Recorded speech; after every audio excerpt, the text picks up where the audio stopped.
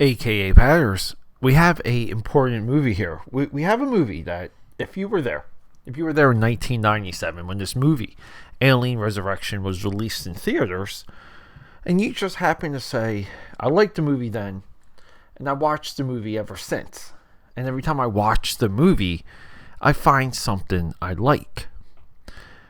You're told that's not acceptable. You're told that's a bad opinion, and you're told you suck and you have to move on with your life. This is where we are with Alien Resurrection, the fourth true movie of the Alien franchise. If we just go in release order, this is number 4. This is the one that's supposed to correct all the errors of Alien 3. But by golly, I dig this movie. Let's go. Action! What is up, my AKA Patters? I guess we're wrapping up, right? Like we're kind of wrapping up the Alien talk. I know, a little bit of a pause. I know we have a little bit of a gap between Alien 3 and Alien Resurrection. But keep in mind, summer was winding down. My life got chaotic. My 9 to 5, my work life, it's a little crazy sometimes. But I get these opportunities. I get these runs where I can just record, watch, get members of the AKAPAD army over here so we can just sweat it out in my production room. And we're doing live streams.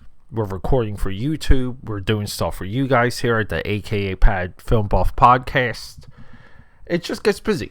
But we stockpile. And we have more now ready to get released than ever before in history. And we're still struggling to get that 8 a.m. and 8 p.m. schedule rocking and rolling. Now, some of this schedule does affect my YouTube schedule, which is supposed to be 6 a.m. and 9 p.m. And I cannot, if I happen to miss a YouTube day, it affects that night's drop. Mostly because the RSS feed for this podcast rolls right into my YouTube channel now. So we kind of want to, we want to have a balanced released. But guess what, guys? Moving on. Joss Whedon. That's our writer. Jean-Pierre Jeunet. Do you guys know Jean-Pierre Jeunet? City of Lost Children. Delicatessen. Amelie. It was great seeing him get absolute attention for Amelie that he made 4 years after this. 2004, Very Long Engagement. I believe I saw that, right? That's a good movie. And then in 2022, it looks like a little bit like Honey, I Shrunk the Kids, but it's a movie called Big Bug. And I don't know. it's a 2022 French science fiction black comedy. I have to say, his first 4 movies, let's just put Very Long Engagement in there. Jean-Pierre Jeunet, Delicatessen, City of Lost Children, Alien Resurrection, Amelie, and Very Long Engagement. He made a movie in 2009 called Micmacs. But this dude is... He's what I would call a true visionary. It's hard to know like what his mind, how his mind works from seeing his movies, because his movies are just like frenetic and wild and just like crazy with good ideas, and they're all well shot. All the characters appear on screen, meaning, just for example, we have Winona Ryder in this movie as Call. And Call exists before we see her on screen. We had Ron Perlman in this movie, Sigourney Weaver. Like all of our crazy, I love our crazy doctors in this movie. But the point I'm getting at is like these characters exist off screen, and then all of a sudden they're on screen and they're the same. There's no gap. He directs that well. This movie gives us fantastic ideas around the xenomorph. If we want to roll in Alien Romulus, which now chronologically sets this movie up as a DNA experiment movie. That's a lot of Alien Romulus. I'm not going to talk about that movie quite yet. But we get Resurrection. It's Sigourney Weaver. Sigourney Weaver is the Resurrection in Alien Resurrection. They clone her. They grow the alien queen egg that's inside of her. With that queen egg, they reproduce. We get our face huggers. There's a dark military element in this. Not so much Wayland, more military. And the military is trying to breed and control xenomorphs. And they need subjects. They just need people. So this movie opens with some space pirates that have people. They have guinea pigs, and they're sold to the military to be experimented on or to be used. It's a hell of a plot. Now, Call, that's Winona Ryder. She's our sleeper cell. She's in there to infiltrate and destroy, but we don't get that until the end. Along the way, because these guys are crazy, right? They have to be crazy if you're going to be an alien xenomorph doctor. But along their experimentations, along with their attempts to clone Ripley. Ripley's number 8 or number 9. This is all, too, from the mind of Joss Whedon, Buffy the Vampire Slayer, Avengers. This is a great screenplay. I love the ideas in the screenplay. So Sigourney Weaver's like number 8. And then the unknown happens. It has nothing to do with the aliens breaking loose.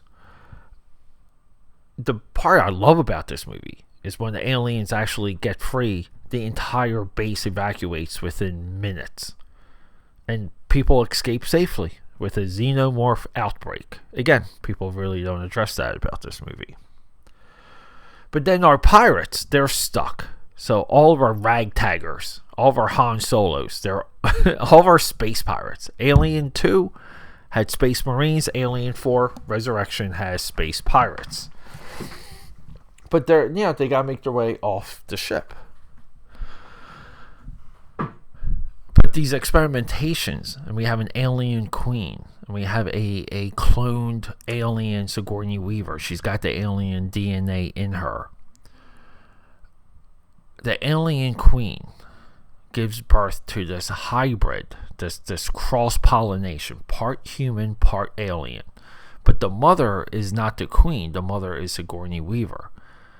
And it's sad. It's sad when they kill this thing at the end. They suck it through a little pinhole in space because that's how movie science fiction works. But what the heck? It's imagery and it sticks with you, kiddos. Because he squirts out like slime. And then they end up on Earth. And depending on which version of the movie you watch, there's a version of this movie where they end up in Paris, France. A destroyed Earth, Paris, France. Apocalyptic Earth. In this movie, we have aliens that swim. We have aliens that jump. We have cool weapons. We have wonderful, wonderful vehicle design. Great costume design. Call, Winona Ryder, I will always go to in this movie. I think she's the absolute highlight. We have Sigourney Weaver playing basketball. We have Ron Perlman hitting on Sigourney Weaver. We have Sigourney Weaver with somewhat alien acid blood. But this is not the Ripley. This is not the Ripley from the first 3 movies. This is a different Ripley. This is a Ripley that has hints and notes of her previous lives, because we don't know how many times they tried to clone her and got this far. We just saw some of the rejects, and I get it. We lean towards it took them 8 attempts, and this is number 8. It could expand. It could be way further than that, but that's the fun of it, right? That's the fun of science fiction.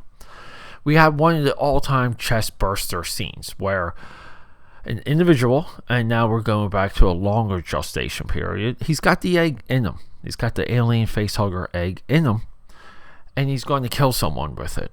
What am I talking about? Well, he's going to put his chest up to the doctor's head, this evil doctor, and the chest burster is going to burst through the chest and through the guy's skull. And that's the movie, guys. This is the movie we're dealing with. I think the aliens in this movie, we have revealed that they are intelligent, that they can learn, that they can set traps. We expand on the overall idea of the Alien franchise, right? Alien, capitalist. Alien 2, military. Alien 3, religion. Alien 4, resurrection, pirates, or the underworld. Keep in mind, George Lucas, for a while, tried to do a live-action Star Wars Underworld series, TV series. Couldn't get it off the ground. A little bit of what we see with Mandalorian and Book of Boba Fett is from that. Space Marines or space military is as fascinating as space black market, space underground, space pirates. They go hand in hand. Now, would I love to see a movie that puts these two ideas of the alien future into perspective? I don't know if they did it in the comics or if they did it in the novel. I think that's an idea. I think this movie is there as a straight up entertainment piece. You can get a little bit of background to set this movie up, and we're rolling. You know, I don't know, but you cannot like this movie. The film world, the critics out there will deny you that. With this alien uncovering, this alien run that we're on, every single one of these movies I wanted to bring to you in a different light. And this is the only one that the entire plot means something, because I feel like even the premise and the idea and the mechanics and what happens inside of this movie, I feel like it's all overworked. And then we have the artistry, the wonderful layer on top of this, the music, the costume design, the look, the cinematography, and then the intangible, the direction. I don't know, AKAPADers. People call me crazy. I dig this movie. Rock and roll. Okay, that's a wrap.